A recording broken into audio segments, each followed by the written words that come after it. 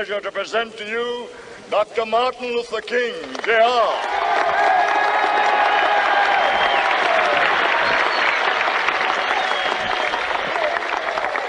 I am happy to join with you today in what will go down in history as the greatest demonstration for freedom in the history of our nation.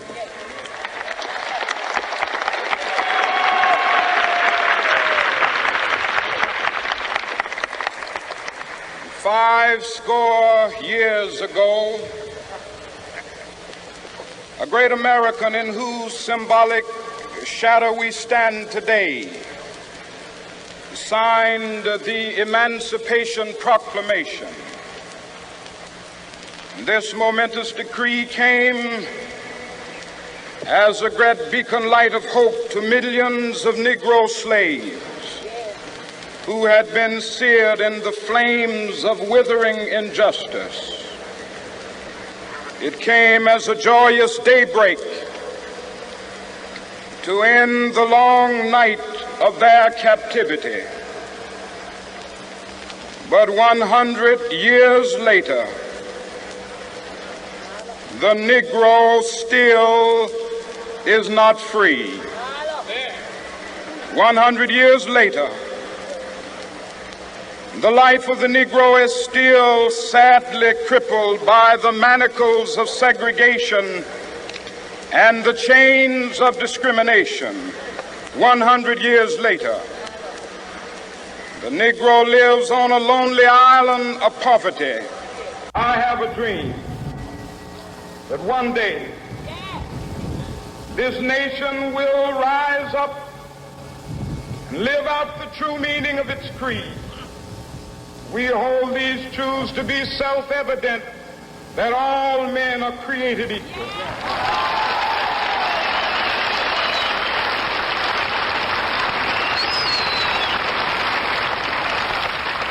I have a dream that one day on the red hills of Georgia, sons of former slaves and the sons of former slave owners will they be able to sit down together at the table of brotherhood. I have a dream that one day, even the state of Mississippi, a state sweltering with the heat of injustice, sweltering with the heat of oppression, will be transformed into an oasis of freedom and justice. I have a dream.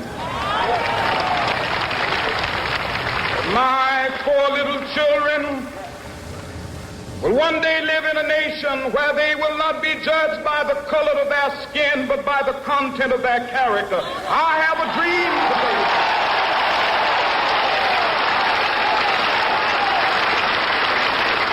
I have a dream that one day down in Alabama, with its vicious racists, with its governor having his lips dripping with the words of interposition and nullification. One day right there in Alabama, little black boys and black girls will be able to join hands with little white boys and white girls as sisters and brothers. I have a dream today.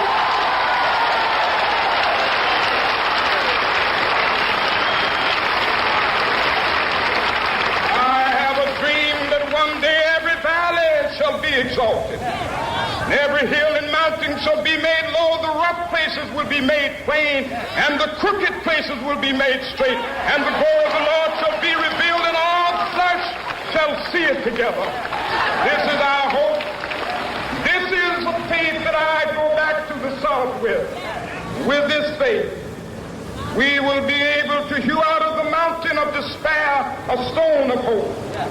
With this faith, we will be able to transform the jangling discords of our nation into a beautiful symphony of brotherhood.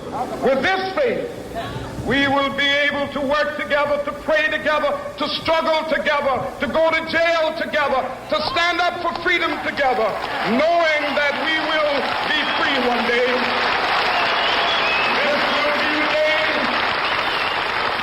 This will be the day when all of God's children will be able to sing with new meaning, my country, tears of thee. Sweet land of liberty, of thee I sing. Land where my fathers died, land of the pilgrim's pride. From every mountainside, let freedom ring. And if America is to be a great nation, this must become true.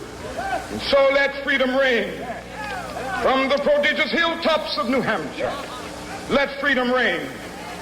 From the mighty mountains of New York, let freedom ring. From the heightening Alleghenies of Pennsylvania, let freedom ring. From the snow-capped Rockies of Colorado, let freedom ring. From the curvaceous slopes of California.